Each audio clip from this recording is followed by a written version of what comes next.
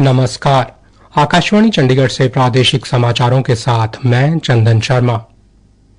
Pension निधि विनियामक और विकास प्राधिकरण ने एकीकृत पेंशन योजना के क्रियान्वयन के लिए नियम जारी कर दिए हैं। पेंशन निधि विनियामक और विकास प्राधिकरण ने कहा है कि एकीकृत पेंशन योजना से संबंधित नियम अगले महीने की पहली तारीख से लागू होंगे। ये नियम केंद्र सरकार के कर्मचारियों के 3 श्रेणियों के नामांकन में प्रभावी होंगे।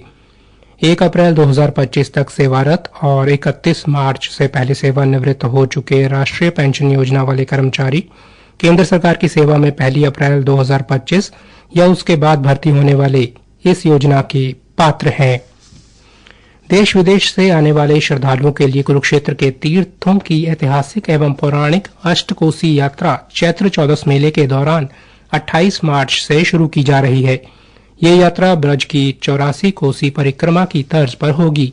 कुरुक्षेत्र विकास बोर्ड के मानद सचिव उपेंद्र सिंघल व एवं सरस्वती धरोहर विकास बोर्ड के उपाध्यक्ष धूमन सिंह ने बताया कि कुरुक्षेत्र विकास बोर्ड, हरियाणा सरस्वती धरोहर विकास बोर्ड, धार्मिक व सामाजिक संस्थाओं और सरकार के सहयोग से यात्रा का शुभारंभ किया जा रहा है। श्री धूमन सिंह ने बताया, प्राचीन काल से अष्टकोसी यात्रा चलती आई है, तो कुछ समय पर कुछ संस्थानों में थोड़ा सा अवधान बीच में रहा, लेकिन अब इस यात्रा को भव्य रूप देकर हम अब की बार चलाएंगे और 28 तारीख को ये नाग कमल मंदिर से यह सुबह 4:30 बजे के करीब आरंभ होगी। ये युगों युगों से यात्रा चलती आई है और सरस्वती के सभी तीर्थों का दर्शन और इस यात्रा के सभी तीर्थों का दर्शन आप सबको इसमें मिलेगा।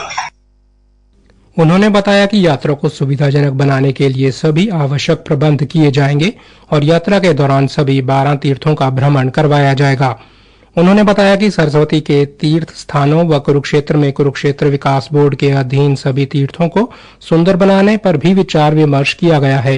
कुरुक्षेत्र विकास बोर्ड के मानद सचिव उपेंद्र सिंघल ने कहा कि यात्रा के लिए पूरा मार्ग तैयार किया गया है, जिससे भक्तों को विभिन्न तीर्थों के इतिहास और महत्व का पता लगेगा।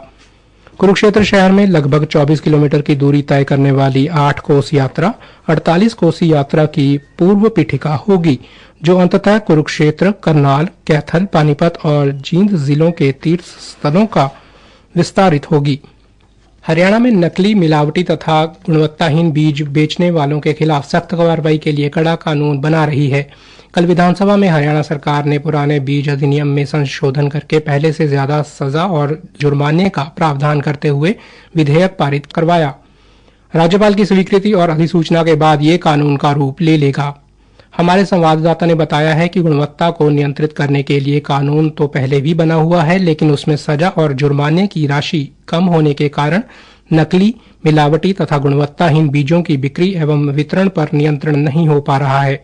सरकार ने नए संशोधन कानून के तहत नकली बीज बनाने वाली कंपनी और ऐसे बीज विक्रेता दोनों के खिलाफ कड़े प्रावधान किए हैं।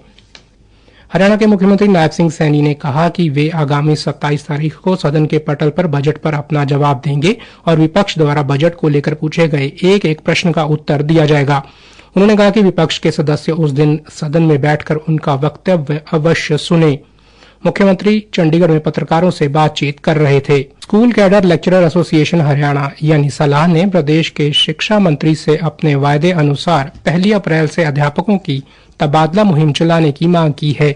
सलाह संगठन के प्रदेश के वरिष्ठ उपाध्यक्ष राजवीर धारीड़ू ने कहा कि शिक्षा मंत्री ने सलाह संगठन से वादा किया था कि दूर दराज के क्षेत्रों में अपनी जिम्मेवारी का निर्वहन कर रहे अध्यापकों को राहत पहुंचाने के लिए 1 अप्रैल से तबादला अभियान चलाया जाएगा। केंद्रीय खेल मंत्री मनसुख मांडविया ने कल नई दिल्ली में खेलो इंडिया पैरा खेलों के दूसरे संस्करण का शुभारंभ किया। श्री मांडविया ने देश भर में खेलों के विकास को बढ़ावा देने में खेलो इंडिया पहल को महत्वपूर्ण बताया।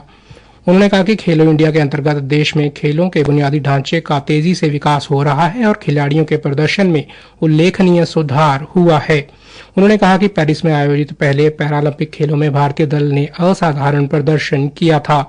खेलो इंडिया पैरा खेल 27 मार्च तक चलेंगे। इसी के साथ प्रादेशिक समाचार समाप्त हुए।